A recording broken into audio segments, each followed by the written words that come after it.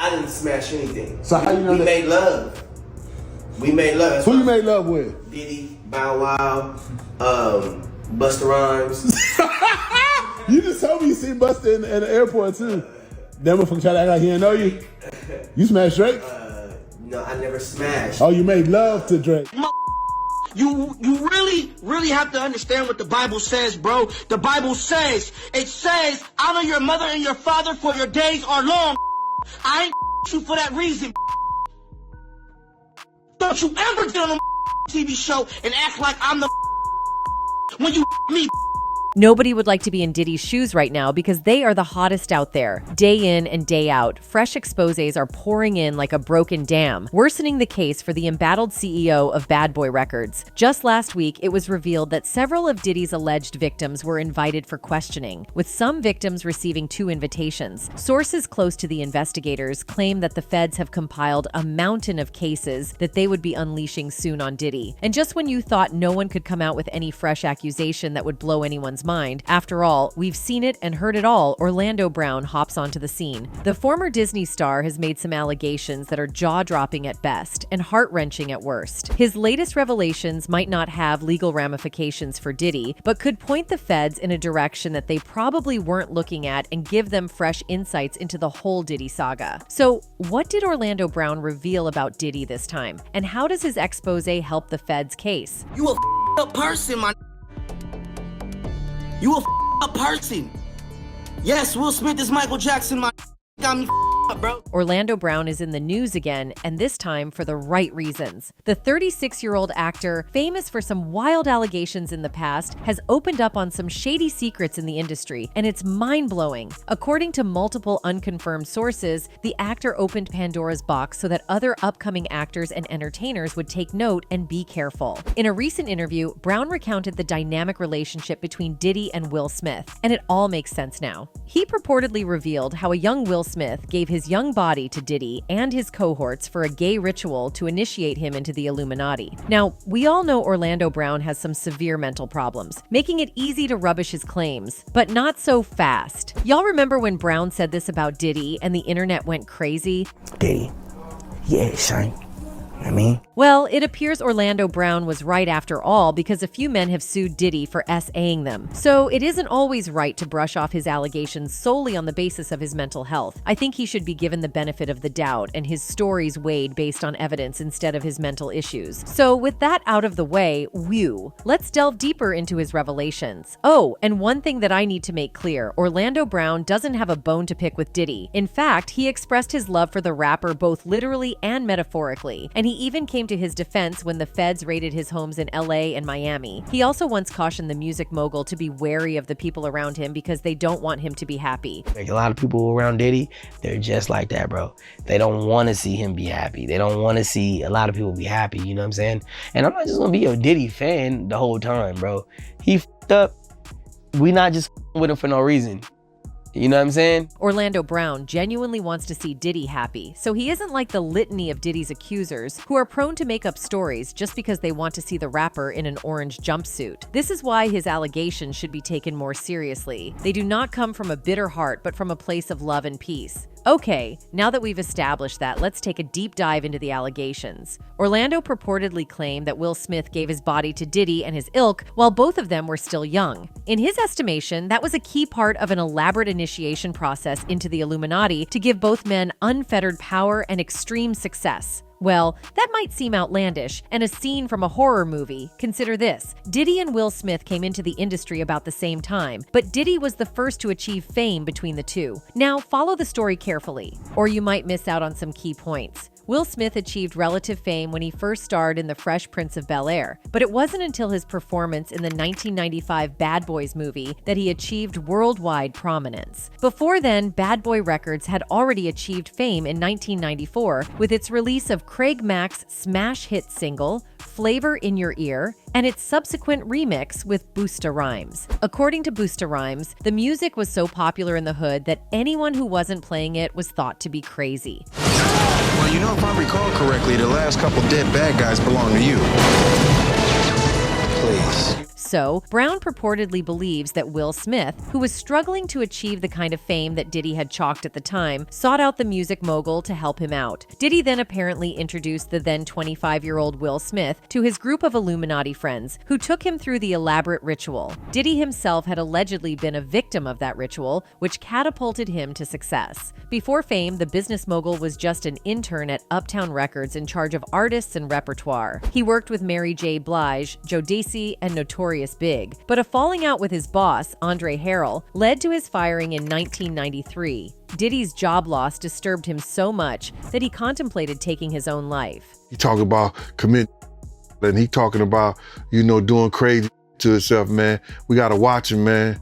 He don't know how he gonna feed his baby. However, amidst all that turmoil, he decided to form his own label. Thus, Diddy contacted Clive Davis for help. Clive asked Diddy about the prospects of hip-hop in the future, and Diddy played him Craig Mack's Flavor in Your Ear, plus a few tracks from Notorious Big, and Clive Davis was convinced. He then introduced Diddy to a circle of friends who attended a singles meeting every week. These friends then pumped money into Bad Boy Records, enabling them to release their hit song Flavor in Your Ear. Mind you, that story was narrated by Clive Davis himself, which leaves no doubt about its veracity. But for the avoidance of doubt and the case I'm building, here are Clive Davis's exact words. When I met with Puffy, he articulated that hip-hop should be part of the top 40 mainstream and that the business would change in the future. And I said, what have you got to illustrate that point? And he played me Craig Mack's Flava in Your Ear, and he played me the then unknown artist that he felt and believed so strongly. He played me 4 or 5 cuts from Notorious Big. Now, note Clive's next words carefully. I said, okay, you proved your point. That's when I introduced him to the weekly, what we called singles meetings, Davis adds. I introduced him to an executive there as someone who would help lead us to the street and share in the forthcoming hip-hop revolution. Clive clearly stated that he introduced Diddy to some sort of singles meetings, which seemed to make sense to anyone. Now, if there's any group that has names, signs, and symbols that make no sense to the ordinary man except the group's members, then it's the Illuminati. This elusive organization is famous for employing hand signals, gestures, and symbols that confound non-members. Their motto, logo, and MO hold secrets that are not apparent to ordinary men, but are the life and blood of their organization. So, Clive's so-called singles meetings could as well pass for an Illuminati meeting shrouded in codes and secrecy. Many fans believe that it was at one of these meetings that Diddy was initiated into the secret society. Now, if you don't believe it, check out what Diddy's former friend turned enemy Suge Knight had to say. In a recent interview with Patrick Ben-David on his PBD podcast, Suge Knight claimed that Diddy was just a regular guy before he met Clive Davis. I felt that Puffy was a regular, normal guy. And then when he started hanging with the guys in the industry, they did things to him. And then allegedly, he did things to Usher.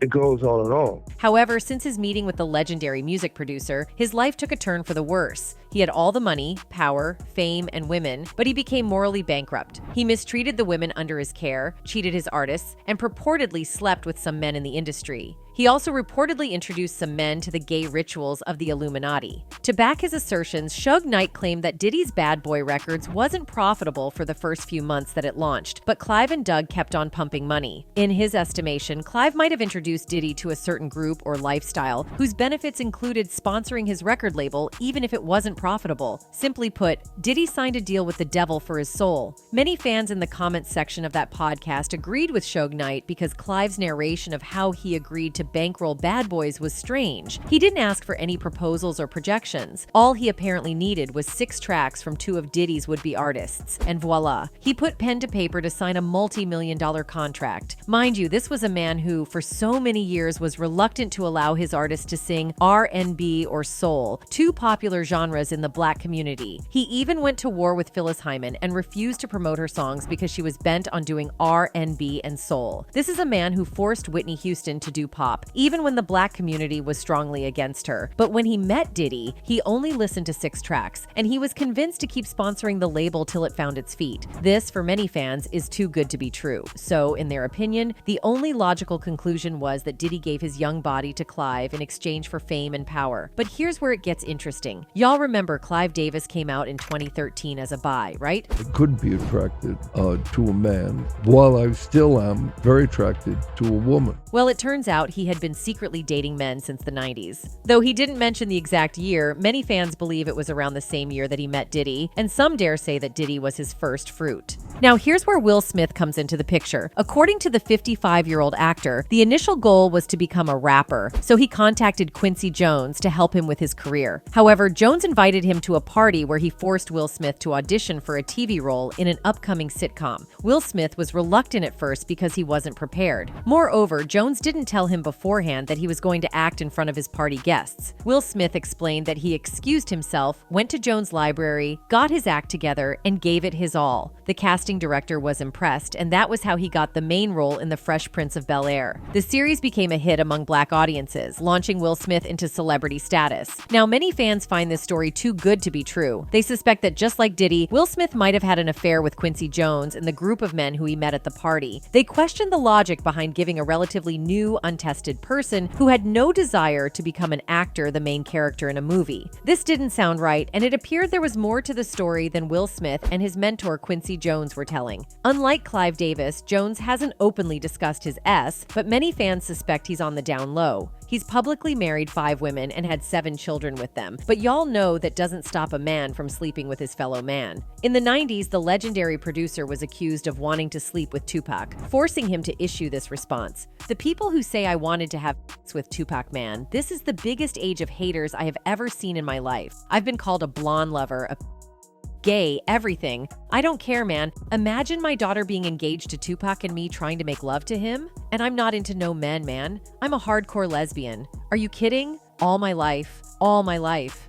However, fans weren't moved because, let's be honest, most celebrities who were accused of being gay in the 90s denied it, so it isn't surprising. Now, if he was gay around that time, then it isn't far-fetched to claim that he did a quid pro quo with Will Smith. He offered one of the biggest TV characters to the young Will in exchange for his body, and it worked. The actor became a national sensation, delivering rib-cracking lines throughout his tenure on the show. Me down there, you know, they give you the same amount with 6 or 16. However, he didn't command the star power and money that Diddy and his record label were wielding at the time. So, he contacted the Bad Boy Records CEO for help. That was when he was allegedly introduced to Diddy's circle, which included Clive Davis and Benny Medina, who initiated him into the Illuminati. Will Smith then purportedly sold his young body for fame and power, which resulted in his 1995 hit movie Bad Boys. Now, does it seem off that Diddy's record label that brought him fame and Will Smith's movie that brought him international stardom have similar names? Well, some fans think that both projects with almost the same name isn't a mere coincidence. They think that the term bad boy was a type of Illuminati initiation ceremony that ushered participants into dimensions of power,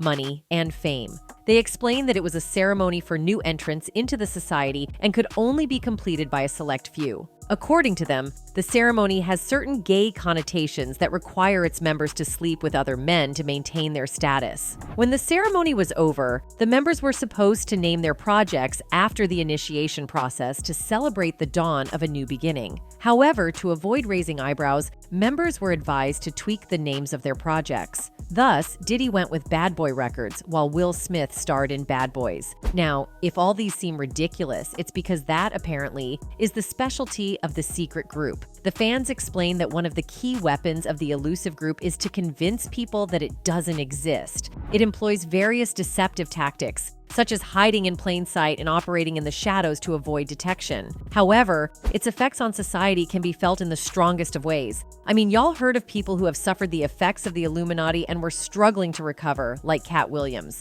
It's not necessary for us to stir up that hornet's nest unless we intend to get stung 1,000,000 times. I didn't understand that. They had to sting me 1,000,000 times. Anyway, the point of this video isn't to expose society, but to provide context to what Orlando Brown allegedly said about Diddy and Will Smith. You see, given all that we know about Diddy and his cohorts, it is possible he and Will Smith might have done a few things in the past. Interestingly, they both have similar accusations that stem from the 90s, suggesting that they might have a similar background. In the 90s, Wendy Williams accused Diddy of sleeping with men, although she didn't mention names. These accusations bred animosity between the radio presenter and the Bad Boy Records CEO, which apparently resulted in Wendy's firing from the station, at least according to Diddy's former bodyguard, Gene Deal. However, firing Wendy did nothing to slow down or stop the rumors about Diddy's gay affairs with men. If for nothing at all, it has rather exacerbated the rumors, as the music mogul has been constantly linked with several male celebrities such as Christopher Williams, Bryshire Gray, Meek Mill, Usher, and Justin Bieber. Similarly, Will Smith has suffered the same fate. Since his breakthrough role in The Fresh Prince of Bel-Air, rumors have been swirling about the Men in Black actor's S. During the 90s, he was romantically linked to his Fresh Prince of Bel-Air co-star Dwayne Martin. His ex-assistant recently did an interview which claimed that he walked in on Will Smith and Dwayne Martin.